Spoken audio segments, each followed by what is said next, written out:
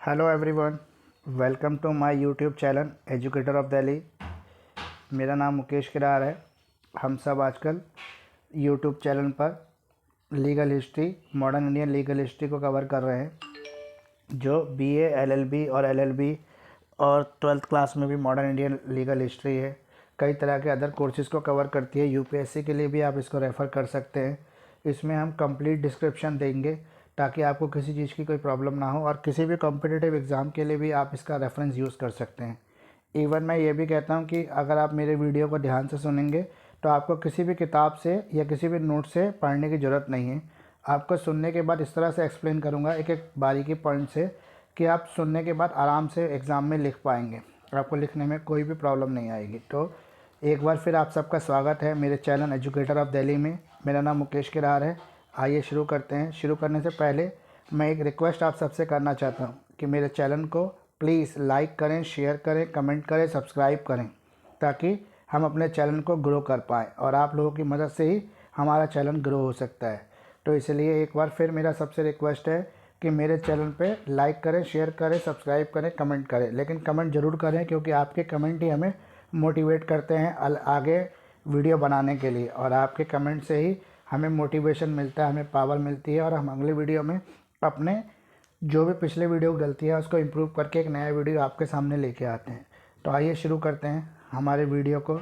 आज जो हम शुरू कर रहे हैं मॉडर्न इंडियन लीगल हिस्ट्री का जो सेटलमेंट एक्ट है, जो 1781 में आया था ब्रिटिश के द्वारा, उसी को आज हम कवर करेंगे। सबसे पहले जो पीछे हम टॉपिक कवर कर चुके हैं वो आप मेरे पिछले वीडियो को देख सकते हैं। डिस्क्रिप्शन बॉक्स में मैं इसका लिंक दे दूंगा पिछले वीडियो का, आप जाके देख सकते हैं। पीछे हम कवर कर चुके हैं चार्टर 1726 और चार्टर 1753, उसके अलावा रेगुलेटिंग एक्ट 1773, इन सब से सीक्वेंस चलता आ रहा है।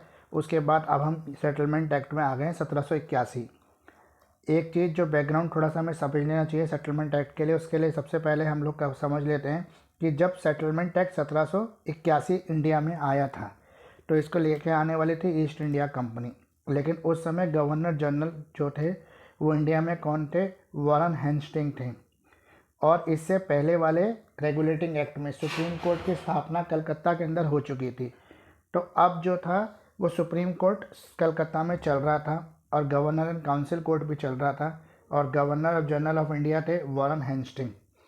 वॉरेन हेस्टिंग को काफ़ी परेशानी हो रही थी, क्योंकि पिछले रेगुलेटिंग एक्ट में ये ब्रिटिश क्राउन ने ये किया था कि कोई भी अगर रूल्स और regulation governor general of India को 3 प्रेसिडेंसीज में बनाना है तो उसके लिए सबसे पहले उस एक्ट को, उस लॉ को, उस रूल को पास कराना पड़ेगा सुप्रीम कोर्ट में, और जब सुप्रीम कोर्ट में वो रजिस्टर्ड हो जाएगा तभी वो लॉ के रूप में लागू होगा।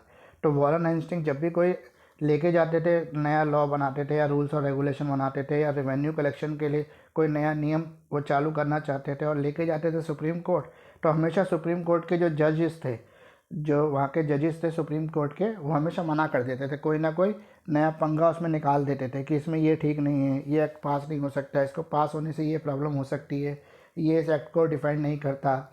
इस तरह से वो हर बार ही उनके नए नए जो नियम थे या नए रूल्स और रेगुलेशन जो Warren Hastings governor general of India बनाते थे, वो हमेशा उसको डिसक्वालीफाई कर देते थे, मना कर देते थे रजिस्टर करने के लिए। अब वॉरेन हेस्टिंग को बहुत दिक्कत हो रही थी कि सारा का सारा रेवेन्यू कलेक्शन की हर चीज़ की जिम्मेदारी उनके ऊपर है, और वो कर नहीं पा रहे हैं। काम क्यों नहीं कर पा रहे? क्योंकि सुप्रीम कोर्ट उनको काम करने ही नहीं दे रहा। तो इन्होंने क्या किया, वॉरेन हेस्टिंग ने कोर्ट ऑफ डायरेक्टर यानी कि सीओडी कौन होते हैं, जो मैंने पहले भी आपको बताया है कि ईस्ट इंडिया कंपनी में 24 मेंबर होते हैं जिन्हें सीओडी कहते हैं। COD means court of director. यही ईस्ट इंडिया कंपनी के सारे डिसीजन लेते हैं, और ये लोग इंडिया में नहीं हैं। ये लोग कहाँ बैठे हैं? ये लोग सारे इंग्लैंड में रहते हैं। तो इन्होंने, वॉरेन हेस्टिंग ने इंग्लैंड में जाके अपने सीओडी को, कोर्ट ऑफ डायरेक्टर को इन्फॉर्म किया और बताया कि सुप्रीम कोर्ट हमें कोई भी काम नहीं करने दे रहा, हर काम में इंटरफेयर करता है, हमारे किसी भी तरह के रूल्स और रेगुलेशन और नए लॉ को वो रजिस्टर्ड नहीं करता, और जब तक वो रजिस्टर्ड नहीं करेगा तब तक वो लॉ बनेगा नहीं। तो जब वॉरेन हेस्टिंग ने अपनी सारी परेशानी उनको बताई तो उन्होंने ब्रिटिश क्राउन के सामने, ब्रिटिश किंग के सामने ये परेशानी रखी, और ब्रिटिश किंग ने फिर सेटलमेंट एक्ट बनाया उस रेगुलेटिंग एक्ट 1773 की कमियों को दूर करने के लिए। तो यहाँ पे पहला पॉइंट हमारा क्या हो गया क्या पर्पस था इसका? To rectify the defect of the regulating act 1773. All laws and regulation should be restricted in the supreme court, registered in the supreme court. सारे भी लॉ और रेगुलेशन जो भी पास करने होते थे गवर्नर एंड काउंसिल को, वो सारे रजिस्टर्ड कराने पड़ते थे सुप्रीम कोर्ट में. But supreme court every time denied to register the law on the ground of on the various ground. लेकिन अलग अलग ग्राउंड पे सुप्रीम कोर्ट हमेशा मना कर देता था इनके लॉ को रजिस्टर करने के लिए. Governor council registered every law and rules and regulation in the supreme court, but almost in every case supreme court does not registered any law of the governor to show in superiority. वो क्यों करता था ऐसे? वो साबित करना चाहता था कि गवर्नर कोर्ट से बड़ा कोर्ट सुप्रीम कोर्ट है. यही साबित करने के लिए, सुपीरियरिटी के लिए वो हमेशा इनको परेशान करता था गवर्नर एंड काउंसिल को. इनके कोई भी लॉस और रूल्स को रजिस्टर्ड ही नहीं करता था, और रजिस्टर्ड नहीं करता था तो ये एडमिनिस्ट्रेशन नहीं चला पा रहे थे. दूसरा, supreme court establishment but it's power and जुडिक्शन was not decided and divided. Supreme court बना तो दिया था 1753 में, 1773 में, लेकिन उसके जुडिक्शन को, उसकी पावर को भी डिसाइड नहीं किया था.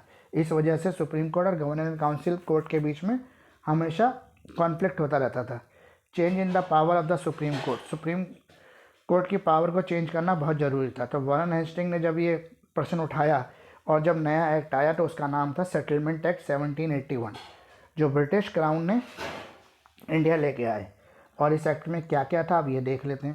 पहला, exempted the governor and council from the jurisdiction of the supreme court for the act done in their official capacity.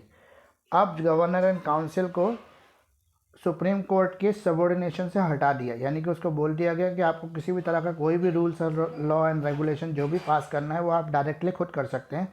आपको सुप्रीम कोर्ट से रजिस्ट्रेशन कराने की कोई ज़रूरत नहीं है. यानी कि पहले जो नियम था ना, सुप्रीम कोर्ट उसको पहले रजिस्टर्ड करेगा, और जब सुप्रीम कोर्ट रजिस्टर्ड करेगा तभी वो लॉ आगे अप्लाई हो पाएगा, एप्लीकेबल हो पाएगा. अब वो ख़त्म कर दिया. ये इसका पहला पॉइंट था. दूसरा point, excluding the revenue matter and matter in collection of the revenue from the जुडिक्शन of the supreme court. Revenue से जुड़े जितने भी मैटर हैं और रिवेन्यू कलेक्शन से जुड़े जितने भी मैटर हैं वो सारे सुप्रीम कोर्ट से हटा दिए गए. वो सारे गवर्नर काउंसिल कोर्ट को दे दिए गए. यानी कि रिवेन्यू कलेक्शन तो मेन सोर्स ऑफ इनकम है ब्रिटिशर्स की, तो इसीलिए रिवेन्यू के कलेक्शन से जुड़े हुए जितने भी मैटर हैं वो सारे हटा के गवर्नर एंड काउंसिल को दे दिए गए. Next point, providing power regarding all inhabitation in the intellectual in the Calcutta. Calcutta से जुड़ी हुई जो भी पावर्स थी, कलकत्ता में एडमिनिस्ट्रेशन चलाने के लिए जो भी पावर्स चाहिए थी वो सारी की सारी पावर्स सुप्रीम कोर्ट से लेकर दे दी गवर्नर एंड काउंसिल कोर्ट को. Next point, jurisdiction according to Hindu law and the Mohammedan law. जो सुप्रीम कोर्ट था उसको सिविल मैटर डिसाइड करने के लिए ऑथराइज था, तो सिविल मैटर डिसाइड करने में वो नेटिव लॉ का कोई फॉलो नहीं करता था. यानी कि जैसे हिंदू है, मुस्लिम है, सिख हैं, ईसाई हैं, क्रिश्चियन हैं, तो वो हर किसी को एक ही तरीके से सज़ा देता था सिविल मैटर में.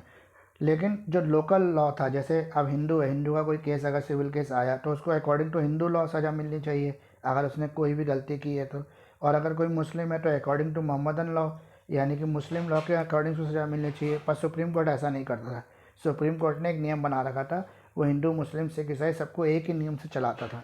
तो अब सुप्रीम कोर्ट को ये बोल दिया गया कि आप जो है नेटिव लॉ का फॉलो करोगे, यानी कि आप हिंदू को according to Hindu law punishment दोगे, और मोहम्मद को, मुस्लिम को according to Mohammedan law, Muslim law punishment दोगे, और सिख को अकॉर्डिंग टू सिखिज्म.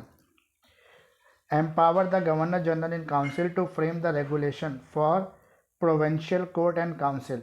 अब प्रोविंशियल कोर्ट जो भी थी, यानी कि छोटी छोटी जो डिस्ट्रिक्ट कोर्ट थी उस समय, छोटे छोटे जिला कोर्ट जो थी, उनको सबको एम्पावर कर दिया गवर्नर काउंसिल के अंदर. यानी गवर्नर काउंसिल उन सब कोर्ट्स को अब रेगुलेट करेगा. इसके अलावा empower the governor general in council to decide the civil cases for Bengal, Bihar and Orissa. Even Bengal, Bihar और उड़ीसा के जो भी सिविल केसेस थे वो भी अब दे दिए गए वारन हेस्टिंग को, गवर्नर जनरल को दे दिए गए कि अब आप डिसाइड करोगे इनके सिविल केसेस को.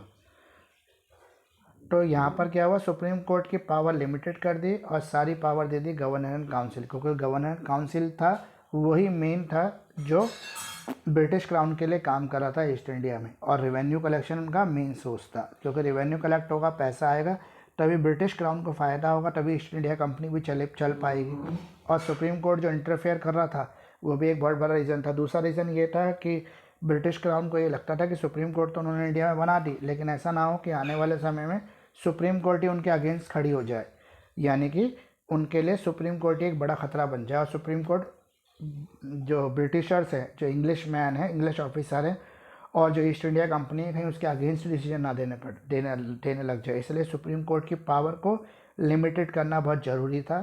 इसी वजह से सेटलमेंट एक्ट 1781 यानी कि 1781 आया, जिसे अमेंडमेंट एक्ट भी कहते हैं 1781। तो थैंक्स फॉर वॉचिंग। आपने इतना समय दिया, मेरे को सुना, मेरे चैनल को आपने इतना लाइक किया, तो मैं फिर एक बार आपसे कहता हूँ कि प्लीज़ लाइक, कमेंट, शेयर और सब्सक्राइब करते रहें, ताकि हमारा चैनल जो है वो ग्रो करे। और हमारा चैनल ग्रो करेगा तो आपको और भी अलग अलग हिस्ट्री के टॉपिक के साथ साथ में और पॉलिटिक के टॉपिक भी इसमें कवर करते चले जाएंगे।